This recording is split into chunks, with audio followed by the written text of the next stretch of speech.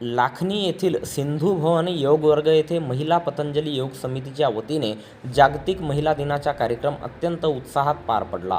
या कार्यक्रमाला प्रमुख अतिथी म्हणून डॉक्टर मनीषा निंबार्ते उपस्थित होत्या। त्यांनी आपल्या मार्गदर्शनातून महिलांनी स्वतःचे निर्णय ठामपणे घेऊन सक्षम आणि स्वावलंबी होण्याचे आवाहन केले। दुसऱ्या मार्गदर्शक डॉक्टर मुक्ता आगासे यांनी 40 वर्षे वयानंतर महिलांच्या शरीरात होणारे बदल, मेनोपॉज आणि त्या काळात मानसिक तणाव दूर ठेवण्यासाठी योगा आणि मेडिटेशनचे महत्त्व पटवून दिले। महिला पतंजली योग समितीच्या तहसील प्रभारी रीता निर्वाण यांनी महिला संघटन मजबूत करण्यावर आणि एकजुटीने कार्य करण्यावर प्रकाश टाकला। या प्रसंगी भगिनी निवेदिता, योग वर्गाच्या योग शिक्षिका कविता मोडकिरे यांनी विविध खेळांचे आयोजन करून उपस्थितांचे मनोरंजन केले।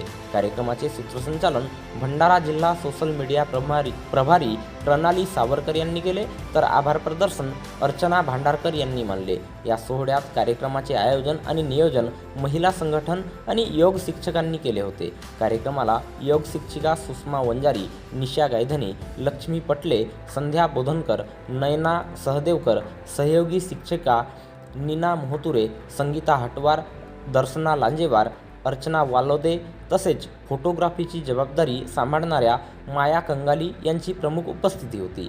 या व्यतिरिक्त निलिमा बेलपांडे, जयश्री कोहाडे, शर्मिला कराडे, सुरेखा सेंडे, राधा किरपान, कुंदा गिरेपुंजे आणि संपूर्ण वर्गातील योग साधक मोठ्या संख्येने उपस्थित होते।